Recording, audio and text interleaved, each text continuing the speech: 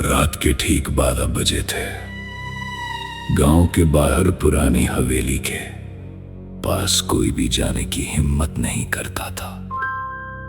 लोग कहते थे कि वहां हर अमावस्या की रात किसी औरत के रोने की आवाज सुनाई देती है। रवि शहर से अपने दादा की पुरानी जमीन बेचने गांव आया था।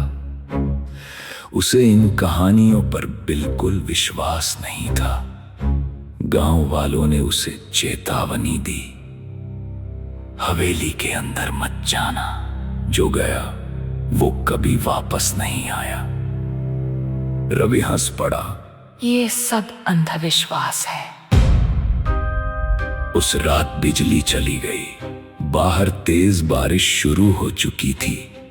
रवि ने टॉर्च उठाई और अकेले हवेली की तरफ निकल पड़ा। हवेली का बड़ा लोहे का दरवाजा अपने आप चर्र की आवाज के साथ खुल गया। अंदर चारों तरफ धूल जमी थी। दीवारों पर पुराने चित्र टंगे थे, लेकिन एक बात अजीब थी। हर तस्वीर की आंखें जैसे रवि को घूर रही थी।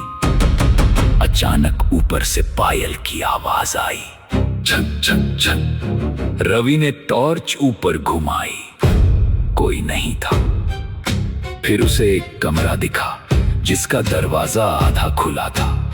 जैसे ही उसने दरवाजा खोला, अंदर एक पुराना आईना रखा था। आईने पर धूल जमी थी। रवि ने हाथ से धूल हटाई और उसका दिल जम गया। आईने में उसका चेहरा नहीं था। उसकी जगह एक औरत खड़ी थी, सफेद साड़ी में, लंबे बिखरे बाल और उसकी आंखें पूरी काली। रवि डर कर पीछे गिर पड़ा।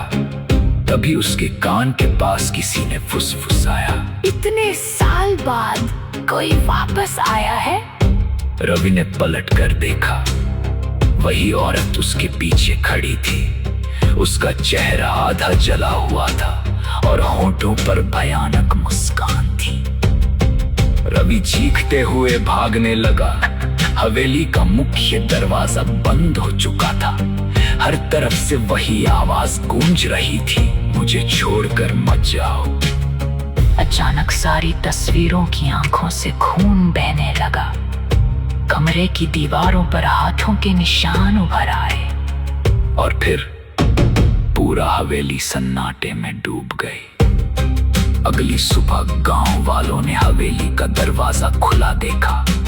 अंदर सिर्फ रवि की टॉर्च पड़ी थी और आईने में अब 2 चेहरे दिखाई दे रहे थे।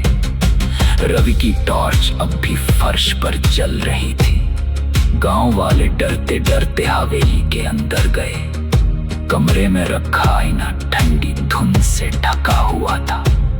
जैसे ही सरपंच ने पास जाकर देखा, उसका चेहरा पीला पड़ गया। आईने में अब 2 चेहरे थे, एक उस औरत का और दूसरा रवि का। लेकिन असली डर अभी बाकी था। आईने के अंदर खड़ा रवि धीरे धीरे मुस्कुरा रहा था। गांव वाले घबरा कर पीछे हट गए। तभी आईने के अंदर से रवि ने अपना हाथ बाहर निकालने की कोशिश की। उसकी उंगलियां शीशी के बाहर तक निकल आईं। सरपंच ने तुरंत आईने पर कपड़ा डाल दिया।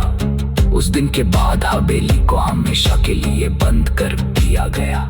लेकिन कहानी वहीं खत्म नहीं हुई। 3 महीने बाद गांव में एक नया स्कूल टीचर आया, अजय। उसे रहने के लिए कोई जगह नहीं मिल रही थी। मजबूरी में उसने वही पुरानी हवेली किराए पर ले ली।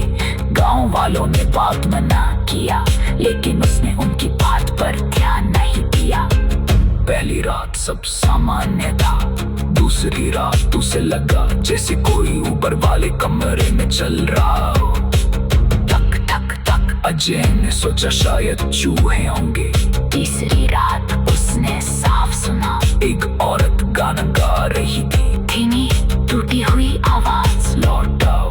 अजय डर गया। उसने पूरी हवेली छान मारी, लेकिन कोई नहीं मिला।